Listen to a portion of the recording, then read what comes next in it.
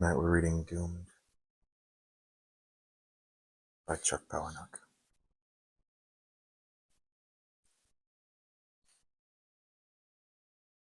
November 1st, 12:01 a.m. PST. Life begins at preconception. Prelude. Hosted by Hades Brainiac Leonard at afterlife.hell. Good and evil have always existed. They always will. It's only our stories about them that ever change. In the 6th century BC, the Greek lawmaker Solon journeyed to the Egyptian city of Saish and brought back the following account of the end of the world. According to the priests of the Temple of Neith, a cataclysm will sweep the earth with flames and poisonous smoke. In a single day and night, an entire continent will founder and sink into the sea, and a false messiah will lead all of humanity to its doom. The Egyptian seers predicted that the apocalypse will begin on a quiet night on a lofty hilltop perched high above the kingdom of Los Angeles. There the ancient oracles sing, a lock will snap open. Among the great walled houses of Beverly Crest, a stout bolt will slide aside. As recorded by Solon, a hinged pair of security gates will swing wide apart. Below these, the realms of Westwood and Brentwood and Santa Monica await, sleeping, laid out in a spider's web of streetlights. And as the last clock tick of midnight echoes away, within those wide open gates will dwell only darkness and silence until an engine can be heard rumbling to life, and two lights will seem to lead that noise forward. And from out of that gateway will issue a Lincoln town car, which slouches forth to begin its slow descent down the hairpin curves of Upper Hollywood Boulevard. That night, as depicted in ancient prophecy, is tranquil, without a breath of wind. Nevertheless, with the Lincoln's slow progress, a tempest begins to mount in its wake. As it descends from Beverly Crest to the Hollywood Hills, the Lincoln stretches as long and black as the tongue of someone strangled by a noose. With pink smears of streetlights sliding down the burnished black shell of it, the town car shines like a scarab escaping a tomb. And at North Kings Road, the lights of Beverly Hills and Hancock Park blink and go dark. Not house by house, but blocks and blocks of the grid are blotted out in their entirety. And at North Crescent Heights Boulevard, the neighborhood of Laurel Canyon is obliterated. Not merely the lights, but the noise and late-night music are vanquished. Any shimmering proof of the city is erased as the car flows downhill from North Fairfax to Ogden Drive to North Gardner Street. And thus does darkness wash over the city, following in the shadow of the sleek car.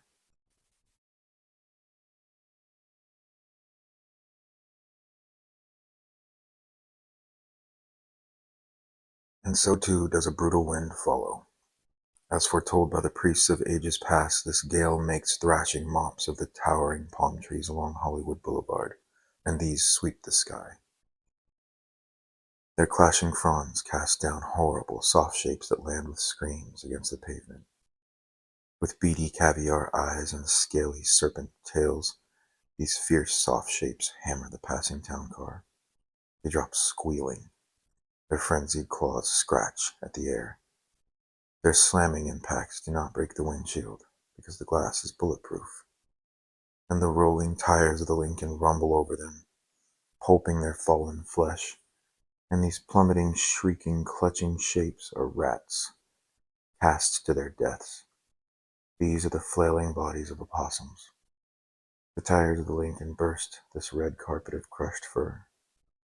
The windshield wipers clear the driver's view of the still warm blood, and the crushed bones do not puncture the tires, because the rubber, too, is bulletproof.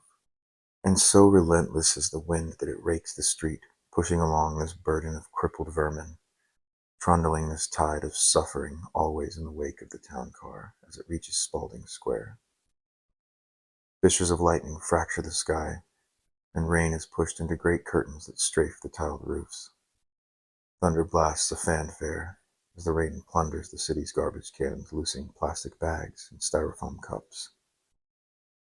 And hard by the looming tower of the Roosevelt Hotel, the boulevard is otherwise deserted, and the army of trash advances on the city unimpeded by traffic lights or other automobiles. Every street, every intersection is deserted. The sidewalks are empty, as the ancient soothsayers have promised, and every window is dark. The boiling sky is without the roving lights of aircraft, and the choked storm drains leave the streets awash in rain and fur. These streets slippery with offal, and by Grauman's Chinese theater is all of Los Angeles reduced to such butchery and chaos.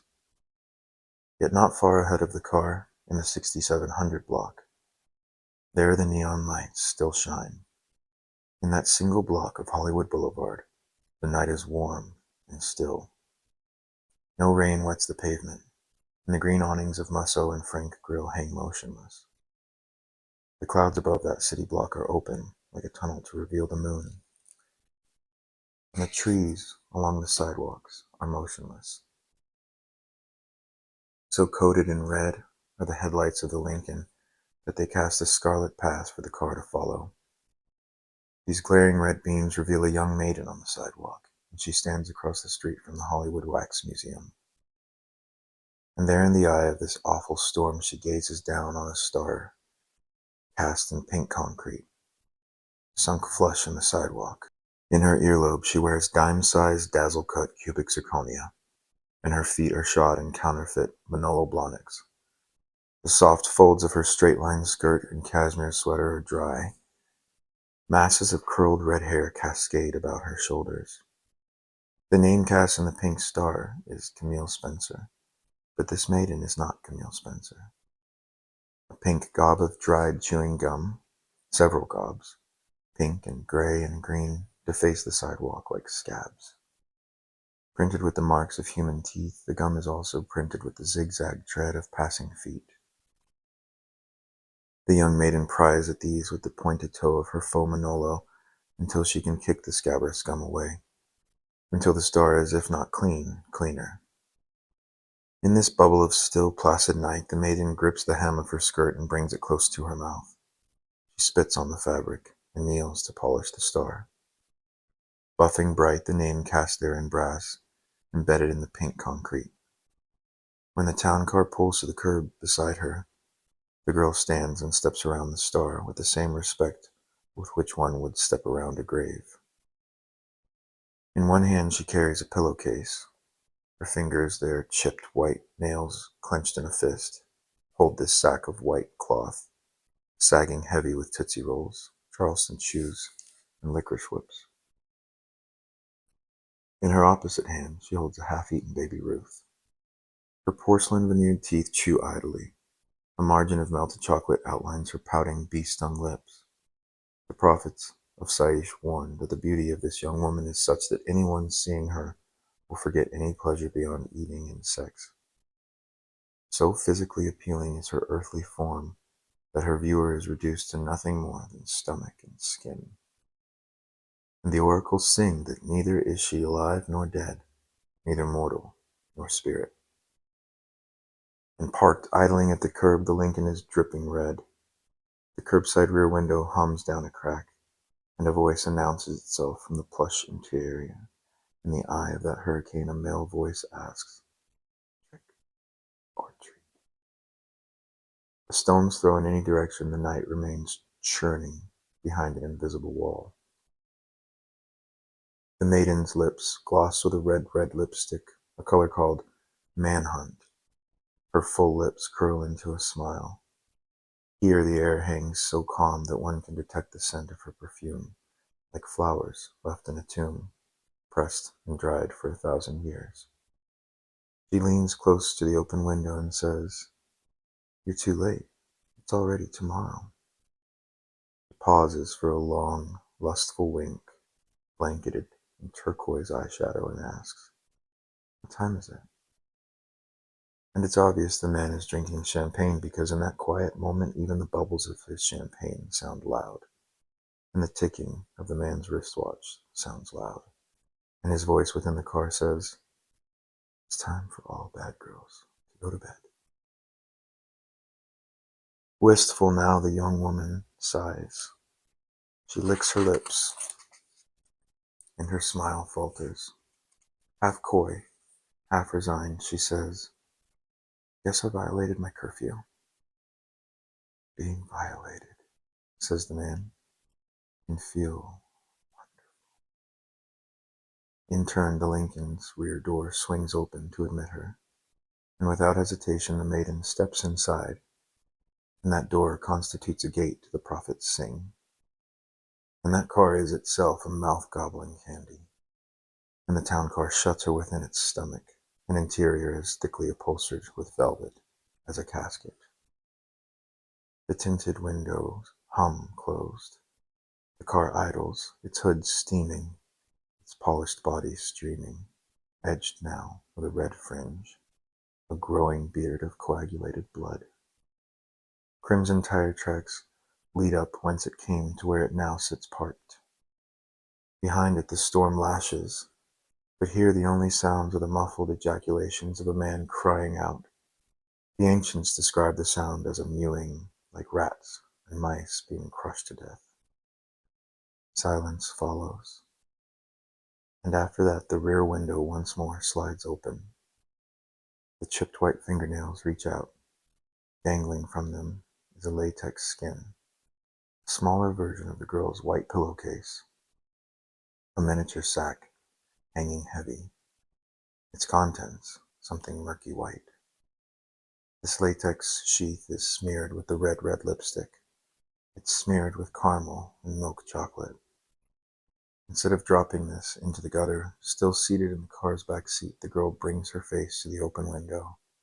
She places the latex sack against her lips and breathes it full of air. She inflates it and deftly knots the open end, the way a midwife would secure the umbilical cord of an infant, the way a carnival clown would knot a balloon. She ties the inflated skin, sealing the milky contents within, and her fingers twist it. She bends and twists the tube of it until the shape becomes that of a human being with 2 arms, 2 legs, a head, a voodoo doll. It's the size of a newborn babe. This foul creation still candy-coated from her lips, murky with the man's mysterious soupy contents. He flings into the center of the waiting pink star. According to the prophecies writ down by Solon, that small effigy is a sacrifice of blood and seed and sugar, laid there on that sacred pentagram shape, an offering made beside Hollywood Boulevard. On that night, with that ritual, begins the countdown to doomsday.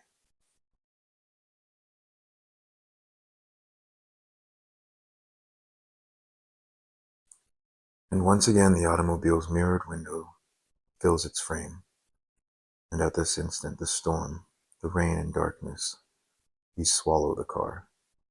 As the Lincoln departs the curb, bearing the young maiden away, the winds herd her cast-off thing baby, that knotted bladder, that graven image. The wind and rain shepherd their bountiful harvest of slaughtered vermin and plastic trash and dried chewing gum, tumbling and driving it all in the direction of gravity.